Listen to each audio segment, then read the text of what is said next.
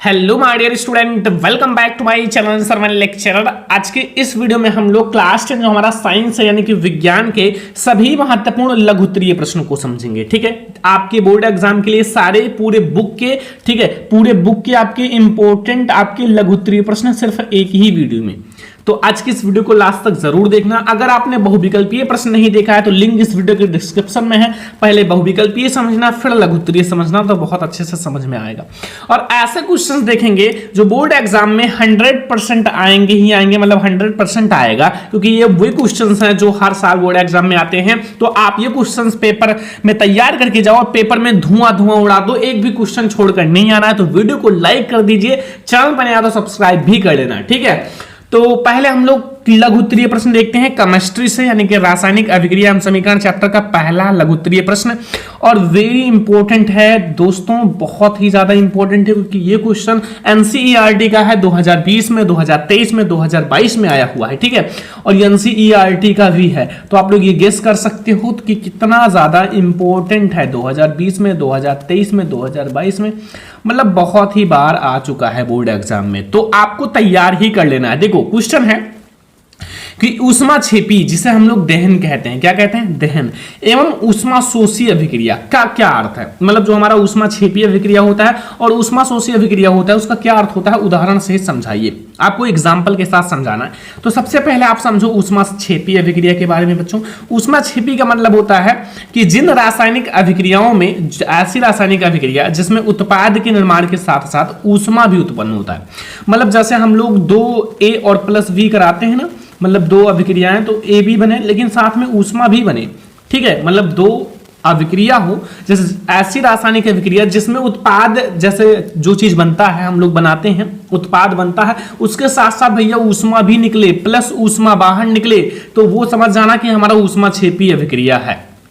आप कहोगे ये कैसे पॉसिबल है यार, तो मैं आपको समझाता हूँ एग्जाम्पल के साथ। जैसे हम क्या करते हैं, किसी चीज का दहन करते हैं, दहन करोगे तभी ऊष्मा उत्पन्न होगा। ठीक है, तो दहन किसका करते हैं हम लोग, CH4 का। मतलब हमारा ये CH4 क्या है, मेथेन है, मेथेन। ठीक है, प्राकृतिक गैस है। ठीक है, इसका दहन करते हैं बच्चों। ये हमारी गैस की अवस्था में होता है। इसका जब आप लोग दहन करोगे, मतलब O2 आपका जुड़ जाएगा। क्यों, 2O2, क्योंकि भाई दहन करना मतलब ऑक्सीजन का ऐसे अभिक्रिया कराना। ठीक है, तो ये हमारा जुड़ गया।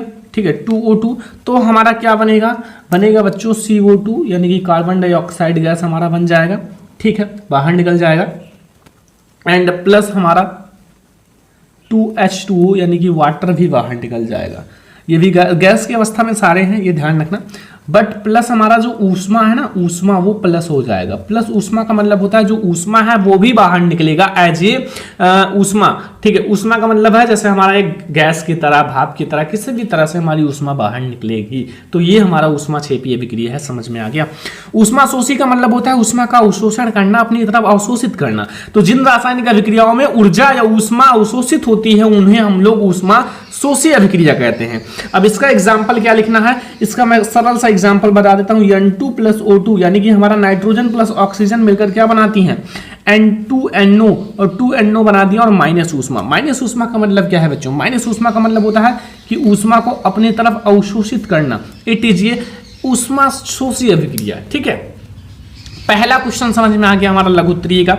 अब हम लोग दूसरा क्वेश्चन देखते हैं स्टूडेंट। दूसरा जो हमारा मोस्ट इंपोर्टेंट क्वेश्चन है उसको समझो। देखो दूसरा हमारा क्वेश्चन है स्टूडेंट, यहाँ बहुत ही ज्यादा इंपॉर्टेंट क्वेश्चन है, अम्ल क्षार एवं लवण का जो हमारा उदासीनीकरण अभिक्रिया।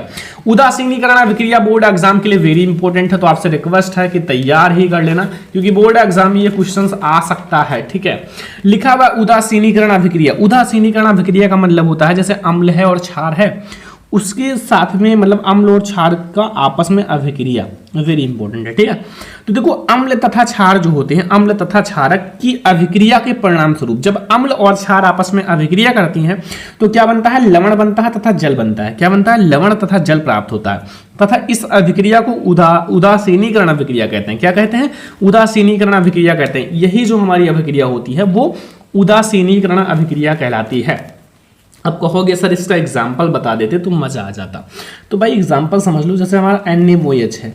NaOH OH है तो वो हमारा क्या हो गया बच्चों, क्षार है, और प्लस हमारी HCl है, वो क्या हो गया HCl, जिसमें हाइड्रोजन आयन है वो क्या है, अम्ल है। अब ये दोनों अभिक्रिया करेंगे तो आपने बताया अम्ल और क्षार आपस में अभिक्रिया करके लवण बनाती हैं, तो यहाँ से Na चला आएगा, यहाँ से Cl, तो NaCl बन जाएगा जो कि हमारा लवण है, और प्लस पानी यानी कि जल हमारा वाटर बाहर निकल जाएगा। यही तो है बच्चों उदासीनीकरण अभिक्रिया। इट इज क्षार, ये हमारा क्षार है, ये बच्चों अम्ल है, अम्ल और क्षार आपस में अभिक्रिया करके ये हमारा लवण है, सॉरी लवण है, क्योंकि हमारा NaCl नमक जो होता है वो लवण होता है, और ये जल है, बस हो गया।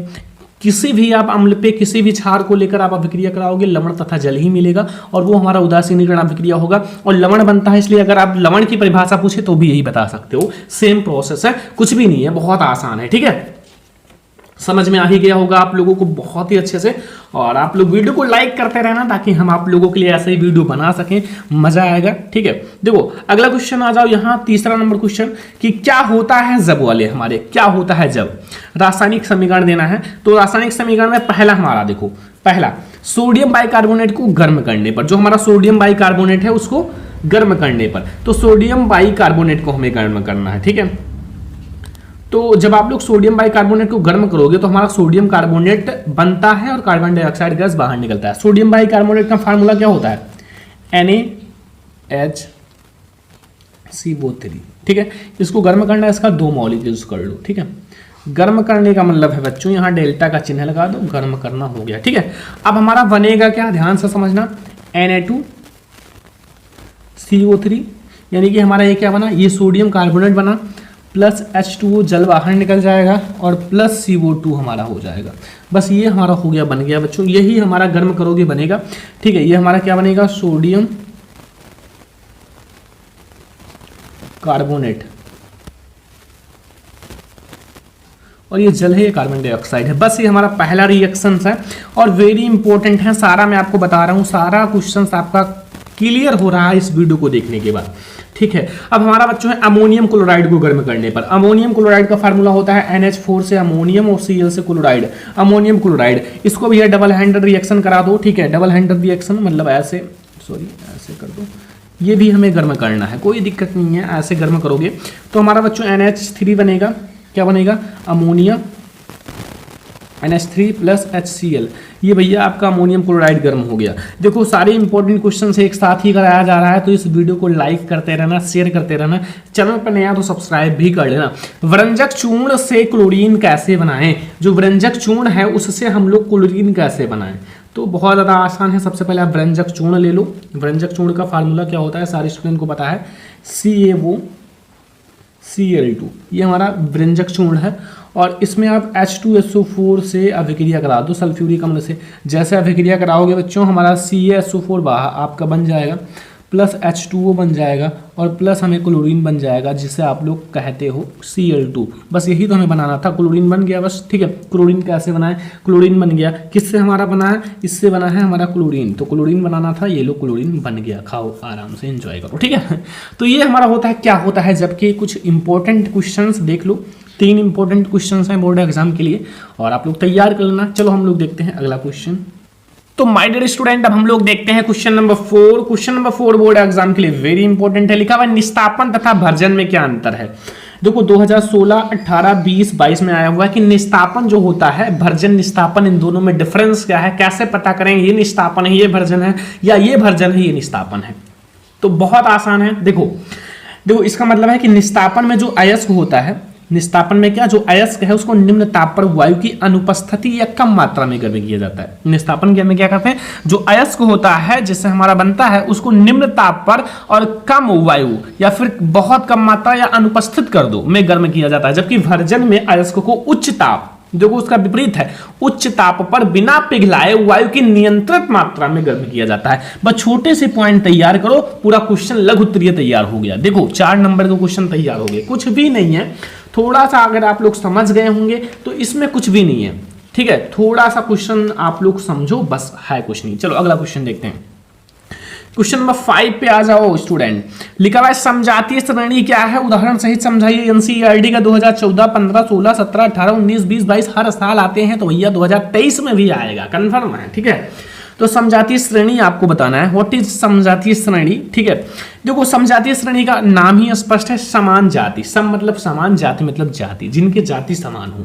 अब जाति में क्या आते हैं, क्रियात्मक समूह और सामान्य सूत्र आते हैं। ठीक है, ये दो जाति हैं, जैसे हमारे में होता है ना हिंदू मुस्लिम, ऐसे इसमें है क्रियात्मक समूह और सामान्य सूत्र। तो देखो कार्बनिक यौगिक, जो कार्बनिक यौगिक होते हैं, कार्बनिक यौगिकों का वह समूह जिसका या जिनका क्रियात्मक समूह एक जैसा होता है एवं समान सूत्र और समान सूत्र एक जैसा हो, तो उसे हम लोग समजातीय श्रेणी कहते हैं। बहुत आसान है, चाहे क्रियात्मक समूह एक जैसा हो, चाहे हमारे सामान्य सूत्र एक जैसा हो, भाई एक जैसे हो तो वो हमारे हो जाएंगे समजातीय श्रेणी।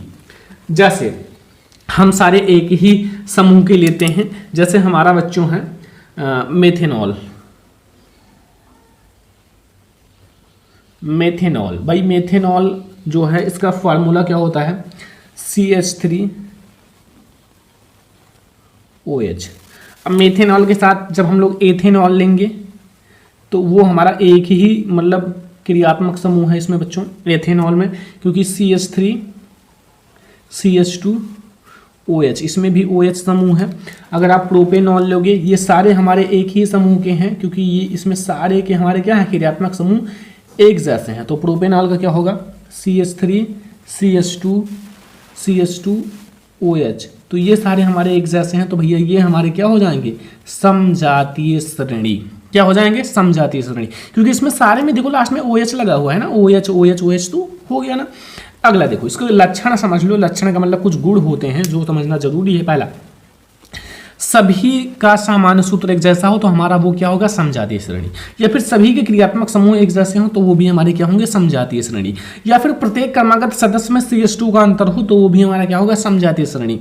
किसी एक सदस्य के गुणधर्म के आधार पर सभी सदस्य का जो गुणधर्म है वो पता कर सकते हैं। भाई एक का पता करोगे, सारे का थोड़ा थोड़ा कुछ ना कुछ सामान्य गुणसूत्र पता, सामान्य गुणधर्म पता चल ही जाएगा। ठीक है, तो ये हमारा है बच्चों समजातीय श्रेणी। ठीक है, अब थोड़ा सा आप लोग कंफ्यूज मत होना, बहुत आसान है। 4 पॉइंट ये हैं, लक्षण और थोड़ा सा एग्जाम्पल और इनका परिभाषा, बस। तो ये हमारा है समजातीय श्रेणी और आप लोगों को बहुत ही अच्छे से समझ में आ गया होगा। तो अब हम लोग देखते हैं अगला क्वेश्चन। अब हमारे बायोलॉजी से इंपॉर्टेंट क्वेश्चंस आ गए भैया, पधार रहे हैं। बहुत ही इंपॉर्टेंट है ये क्वेश्चंस जो बायोलॉजी से हैं, और अगर आप इन सबको तैयार कर लेते हो तो समझ लो आप बादशाह बन जाओगे, क्योंकि मेहनत करने वाला ही बादशाह होता है, बिना मेहनत के कुछ नहीं होता। तो 6 नंबर क्वेश्चन देखो, रुधिर तथा लसिका में अंतर। जो रुधिर होता है तथा लसिका में क्या डिफरेंस है, पहला हम समझेंगे रुधिर में क्या डिफरेंस है, रुधिर के बारे में, फिर हम लोग समझेंगे लसिका के बारे में। एक एक अंतर को बहुत अच्छे से समझेंगे। देखो पहले हम लोग समझते हैं रुधिर का पहला अंतर। यह गहरे लाल रंग का तरल संयोजी ऊतक है। यह कैसा होता है, गहरे लाल रंग का होता है, तरल संयोजी ऊतक होता है। और ये क्या होता है, यह रंगहीन तरल संयोजी ऊतक होता है। इसका कोई रंग नहीं होता, ये रंगहीन होता है। तो मतलब ये गहरे लाल रंग का होता है, ये रंगहीन होता है, थोड़ा सा डिफरेंस है। दूसरा, रुधिर में लाल रुधिर कणिकाएं पाई जाती हैं। जो रुधिर होता है, रुधिर में लाल रुधिर कणिकाएं पाई जाती हैं जिसमें हीमोग्लोबिन होता है। भाई रुधिर को हीमोग्लोबिन ही कहा जाता है। तो रुधिर में लाल रुधिर कणिकाएं पाई जाती हैं जिसमें हीमोग्लोबिन होता है। और लसिका में लाल रुधिर कणिकाएं नहीं पाई जाती हैं क्योंकि ये रंगहीन होता है। अगर इसमें भी लाल रुधिर कणिकाएं पाई जाती है तो इसका भी रंग लाल होता, ठीक है, जैसे खून का रंग लाल होता है। तो लसिका रंगहीन है, इसलिए इसमें कोई भी रुधिर कणिकाएं नहीं पाई जाती हैं। अगला देखो तीसरा नंबर पॉइंट कि रुधिर में प्रोटीन्स अधिक मात्रा में होता है। जो रुधिर होता है, रुधिर में प्रोटीन्स क्या होते हैं, अधिक मात्रा में होते हैं, जबकि लसिका में प्रोटीन्स अपेक्षाकृत कम मात्रा में होते हैं। भाई रुधिर की तुलना में हमारे लसिका में प्रोटीन्स कम मात्रा में होते हैं, ठीक है, क्योंकि रुधिर में तो भाई प्रोटीन्स होंगे ही। अगला, इसमें ऑक्सीजन अधिक मात्रा में होता है। भाई रुधिर में ऑक्सीजन अधिक मात्रा में होता है, लसिका में ऑक्सीजन कम मात्रा में होता है। जिसमें ऑक्सीजन कम मात्रा में होता है उसमें कार्बन डाइऑक्साइड अधिक मात्रा में होता है। तो इसमें कार्बन डाइऑक्साइड अधिक मात्रा लिख सकते हो, इसमें कार्बन डाइऑक्साइड कम मात्रा भी लिख सकते हो, ठीक है, एक पॉइंट और जोड़ सकते हो। 5 नंबर, यह रुधिर वाहिनियों में प्रसंचित होता है और यह लसिका वाहिनियों में प्रसंचित होने के अतिरिक्त ऊतकों में भी ऊतक द्रव्य की तरह रहता है, ठीक है। ये भाई लसिका वाहिनियों में प्रसंचित होता है बट ऊतकों में ऊतक द्रव्य की तरह भी रहता है। तो ये 5 पॉइंट हैं, 5 डिफरेंस है, मतलब एक दूसरे के बीच में क्या डिफरेंस है। जैसे हमारे मेल फीमेल में डिफरेंस होता है, जैसे रुधिर लसिका में अंतर होता है, जाइलम फ्लोएम में अंतर होता है, और भी हमारे हैं और याद नहीं है, फिर और भी अंतर तैयार कर लेना। वैसे रुधिर और लसिका बहुत ज़्यादा इंपॉर्टेंट है। धमनी तथा सिरा में भी अंतर भाई इंपॉर्टेंट है, ये थोड़ा सा मेहनत कर लेना, धमनी और सिरा का भी तैयार कर लेना। धमनी एंड सिरा, इसका भी तैयार कर लेना, थोड़ा सा मेहनत कर लेना ना, 1-2 क्वेश्चंस और तैयार कर लेना, मजा आ जाएगा। बोर्ड एग्जाम में सारे क्वेश्चंस आप तैयार करके जाना। अगला क्वेश्चन आओ बच्चों, बहुत बड़े भी नहीं है, बहुत अच्छे अच्छे क्वेश्चन हैं। देखो ये हमारा नियंत्रण एवं समन्वय का एक क्वेश्चन आ गया कि मधुमेह रोग किस हार्मोन्स की कम स्रावण से होता है। मतलब जो मधुमेह रोग होता है वो किस हार्मोन्स का कम आपके अंदर स्राव होता है जिसके कारण मधुमेह रोग हो जाता है। बायोलॉजी से इंपॉर्टेंट है और आप लोग भाई तैयार कर लेना अगर इतना मेहनत किया जा रहा है आप लोगों के लिए। देखो जो मधुमेह है, मधुमेह की बीमारी के लिए उत्तरदायी हार्मोन्स इंसुलिन है। इंसुलिन नाम तो सुना ही होगा, नाम ही काफी है इनका, इंसुलिन, ठीक है। यह अग्नाशय, जो अग्नाशय की लैंगरहैंस की द्वीपिकाओं में बनता है। जो आपके अंदर अग्नाशय है ना, आपके शरीर की बनावट ऐसी है कि शायद देख लो तो मजा नहीं आएगा, तो वैसे है अग्नाशय आपके अंदर है और उसकी लैंगरहैंस की द्वीपिकाओं में पाया जाता है, उसके अंदर बनता है। तो ये तो बहुत आसान है, बट भूल जाते हैं बच्चे, क्योंकि आसान तो मैं मानता हूं है बट भूल जाते हैं क्योंकि ये इंपॉर्टेंट भी है आसान के साथ साथ। 8 नंबर क्वेश्चन देखो, 8 नंबर क्वेश्चन में कह रहा है कि परिवार नियोजन से आप क्या समझते हैं, छोटे परिवार का महत्व समझाइए। जो परिवार नियोजन होता है उससे आप क्या समझते हो, छोटे परिवार का महत्व भी समझाना है। तो स्टूडेंट जो परिवार नियोजन होता है उसके बारे में मैं आपको बताता हूं कि परिवार नियोजन क्या होता है। परिवार कल्याण हेतु बच्चों की संख्या सीमित कर, जो परिवार कल्याण के लिए, अपने परिवार को अच्छा रखने के लिए, कल्याण करने के लिए जो बच्चों की संख्या है उसको सीमित कर परिवार को नियोजित करने की प्रक्रिया परिवार नियोजन कहलाता है। मतलब बच्चों की संख्या सीमित रखो, ज्यादा बच्चे ना हो, ठीक है। हम दो हमारे दो, ये रूल अप्लाई करो। 2 बच्चे हों, आराम से पढ़ाओ लिखाओ, उनको आगे ले जाओ, बस इतना बहुत है, ठीक है।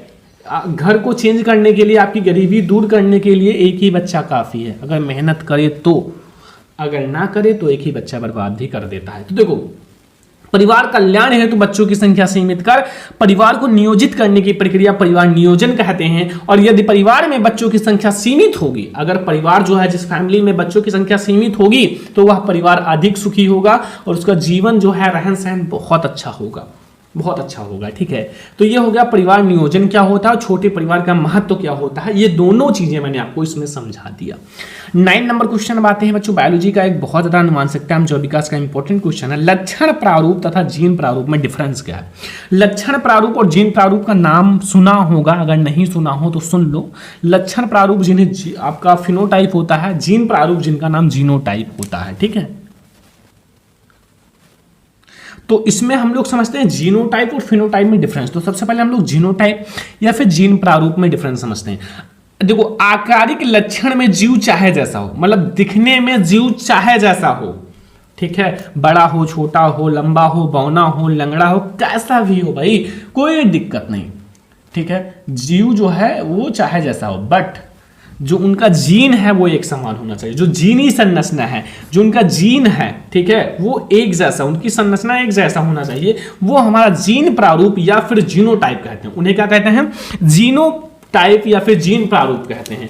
एंड फिनोटाइप का उसका मेन उल्टा है। देखो फिनोटाइप लक्षण में क्या है कि जीन किसी भी प्रकार का हो, अब इसमें जीन से कोई वास्ता नहीं है, जीन किसी भी प्रकार का हो, ठीक है, जैसा भी हो कोई डिफरेंस नहीं है, बस जीन किसी भी प्रकार का हो या बाह्य रूप से समान लक्षण हो, उनके जो लक्षण है वो समान है। देखो लंबा, जैसे लंबा है कैपिटल टी, ये बिल्कुल शुद्ध लंबा है भाई, लंबा है शुद्ध हो या अशुद्ध हो कोई दिक्कत नहीं। But capital T small T ये बिल्कुल शुद्ध लंबा नहीं है बट लंबा है, तो इनके जीन एक समान नहीं है बट भाई लक्षण तो एक समान है, दोनों लंबे ही हैं, ठीक है। तो वो हमारा क्या हो गया, वो फिनोटाइप में आ जाता है। अगर हमारे कैपिटल टी एक जैसे हमारे जीन है तो वो हमारे जीनोटाइप में आ जाते हैं, ठीक है। तो फिनोटाइप में क्या है, वो लक्षण उनके समान हो, दिखने में एक समान हो तो वो फिनोटाइप, और जीन में क्या है, जीन जो है उनके एक समान हो, उनकी जीनी संरचना समान हो तो वो हमारा जीनोटाइप होता है। समझ में आया ना। अब आते हैं बच्चों अगले क्वेश्चन की ओर। देखो एक छोटा सा नन्हा मुन्ना क्वेश्चन है और बहुत इंपॉर्टेंट है, बट समझेंगे थोड़ा सा अच्छे से। देखो है कुछ नहीं इस क्वेश्चन में, बट बच्चे इसको गलत ही कर देते हैं, अक्सर मैंने देखा है, ठीक है। बट थोड़ा सा समझो, मैं आप लोगों को बताता हूं इस क्वेश्चन को। देखो इसमें क्या है कि पूछ रहा है कि वायु के सापेक्ष किसी द्रव का क्रांतिक कोण 45 डिग्री है। 45 डिग्री डायरेक्ट दे दिया है भाई क्रांतिक कोण, तो द्रव का अपवर्तनांक ज्ञात कीजिए। तो ये तो बहुत आसान है। सबसे पहले वायु के सापेक्ष द्रव का अपवर्तनांक, यहाँ लिखो वायु के सापेक्ष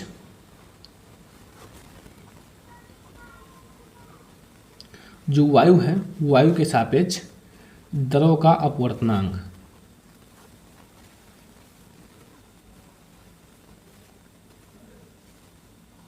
वायु के सापेक्ष द्रव का अपवर्तनांक, इसका जो फार्मूला होता है भाई, क्रांतिक कोण हमें दे रखा है तो क्रांतिक कोण वाला ही फार्मूला लगाएंगे 1/sin c। सी जो है वो क्रांतिक कोण है, क्रांतिक कोण दे ही रखा है तो भाई इसमें क्या है, कुछ भी नहीं है। देखो आप 1/sin c की जगह sin c जो हमारा क्रांतिक कोण दे रखा है 45 डिग्री, भाई 45 डिग्री रख दो वैल्यू, तो 1/sin 45 डिग्री की वैल्यू कितनी होती है 1/√2। ये √2 ऊपर चला जाएगा और हमें जो वैल्यू मिलेगा वो ओनली √2 मिलेगा। यही हमारा आंसर हो गया, कितना आसान है। ठीक है, √2 आएगा इसका आंसर। जो हमारा द्रव का अपवर्तनांक आएगा वो √2 आएगा। ठीक है, बस। तो ये क्वेश्चन बहुत आसान लगा होगा, क्योंकि आसान है तो आसान लगेगा ही। अगला देखो, एक वेरी इंपॉर्टेंट क्वेश्चन है भाई, हर साल बोर्ड एग्जाम में रिकॉर्ड तोड़ दिया आने का। ठीक है, शर्म है नहीं, आते हैं बार बार। देखो ये क्या है कि दो हैं, एक तो भैया दूर दृष्टि दोष, एक निकट दृष्टि दोष। ये दोनों भाई हैं और ये दोनों भाई कभी ना कभी एक बार आते हैं, मतलब एक ना एक को आना है, या फिर दूर वाले आएंगे या निकट वाले आएंगे, एक ना एक आएंगे ही बोर्ड एग्जाम में। ठीक है, तो सबसे पहले हम लोग समझते हैं दूर दृष्टि दोष। उसका डिफरेंस मैं समझा दूंगा, निकट वाला ऑटोमेटिक समझ में आ जाएगा। दूर दृष्टि दोष किसे कहते हैं या किन कारणों से होता है, निवारण भी बताना है। देखो इस दोष से पीड़ित व्यक्ति को दूर की वस्तुएं तो स्पष्ट दिखाई देती हैं। दूर दृष्टि दोष में क्या है, उन्हें दूर की वस्तु जो होती हैं, जो दूर है उनको स्पष्ट दिखाई देती हैं, परंतु निकट की वस्तुएं स्पष्ट दिखाई नहीं देती। अब जो बिल्कुल निकट रखा हुआ है, पास ही रखा हुआ है, वो वस्तु नहीं दिखाई देगा। यह दोष निम्नलिखित दो कारणों से होता है। अब निकट भी इसी से बना लो, इसका उल्टा कर लो। इस दोष से पीड़ित व्यक्ति को निकट की वस्तुएं तो स्पष्ट दिखाई देती हैं, परंतु दूर की वस्तुएं स्पष्ट नहीं दिखाई देती। वो हमारा निकट वाला हो गया। लिख लो, नोट कर लो। ठीक है, और हम अब आपको यह समझाते हैं। यह दोष निम्नलिखित दो कारणों से होता है। देखो पहला है जो दूर दृष्टि दोष है, नेत्र लेंस की वक्रता त्रिज्या कम हो जाए। जो नेत्र लेंस है उसकी वक्रता कम हो जाए, जिससे उसकी दूरी बढ़ जाए। जब दूरी बढ़ जाती है तो दूर की वस्तुएं दिखाई देंगी। दूरी बढ़ गई जो चीज की, वो निकट वाली नहीं दिखाई देगी। ठीक है, मैं फिगर उगर नहीं समझाऊंगा, कुछ है नहीं, समझ लेना, बट मैं आपको वैसे समझा देता हूं। दूसरा है नेत्र लेंस तथा रेटिना के बीच की दूरी कम हो जाए, अर्थात नेत्र गोले का व्यास कम हो जाए। ठीक है, अब देखो इसको निवारण के लिए उत्तल लेंस के चश्मे का प्रयोग करेंगे। अगर निकट दृष्टि दोष है तो अवतल लेंस के चश्मे का प्रयोग करेंगे।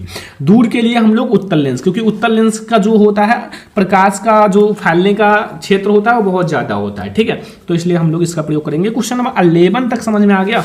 अब हम लोग भैया देखते हैं क्वेश्चन नंबर 12 का। एक न्यूमेरिकल है, न्यूमेरिकल का मैं आपको अलग से वीडियो लाऊंगा, बट छोटा सा न्यूमेरिकल है, इसलिए मैंने सोचा कि आपको समझा दें। ठीक है, चलते चलते, ताकि आप लोग याद रखो। देखो लिखा क्या है, लिखा हुआ है कि 250 वोल्ट 5 एम्पियर फ्यूज वाले परिपथ में 25 वाट के कितने बल्ब जल सकते हैं। 25 वाट के बल्ब लगे हुए हैं, कितने बल्ब जल सकते हैं बच्चा। तो देखो सबसे पहले आप यहाँ समझो क्या दिया हुआ है, कुछ दिया है कि नहीं दिया है। यहाँ दिया हुआ है, सबसे पहले आप लोग जो बल्ब की संख्या है उसको n कर लो। ठीक है, मतलब जो माना n बल्ब जल सकते हैं। जब आप कुछ मानोगे n x a b तभी तो निकलेगा, माना n बल्ब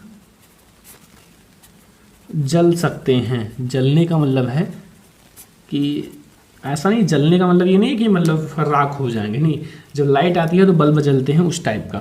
अब देखो हमारा V जो है वोल्ट, यानी कि 250 वोल्ट दिया हुआ है ना, एंड हमारा भाई धारा भी दे रखा है I।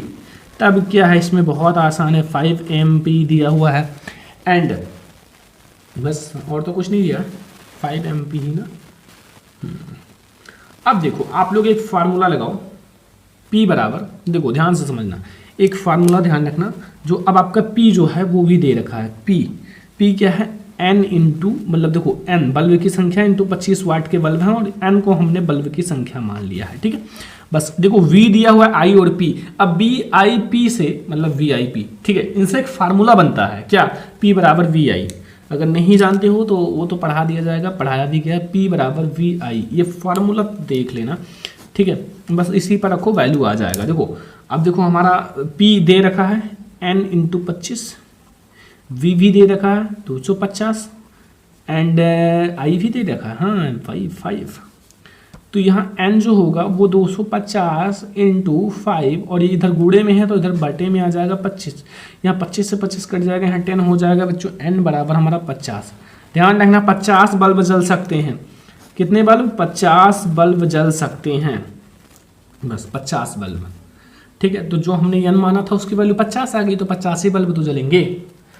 तो माय डियर स्टूडेंट, ये है आज का हमारा सबसे ज़्यादा इंपॉर्टेंट वीडियो। देखो हमने लघुत्तरीय प्रश्न फिजिक्स, केमिस्ट्री, बायोलॉजी सबसे देखे हैं, मतलब जितना हो सका है उतने हम लोगों ने लघुत्तरीय प्रश्न सारे देख लिए। तो आज के इस वीडियो को सारे स्टूडेंट पहले लाइक कर देना, शेयर कर देना। अगर आपको न्यूमेरिकल और प्लस लॉन्ग क्वेश्चन की वीडियो चाहिए तो कमेंट कर देना, मैं आप लोगों को जरूर दूंगा। तो चलो हम लोग मिलते हैं नेक्स्ट इंपॉर्टेंट वीडियो में, तब तक के लिए धन्यवाद।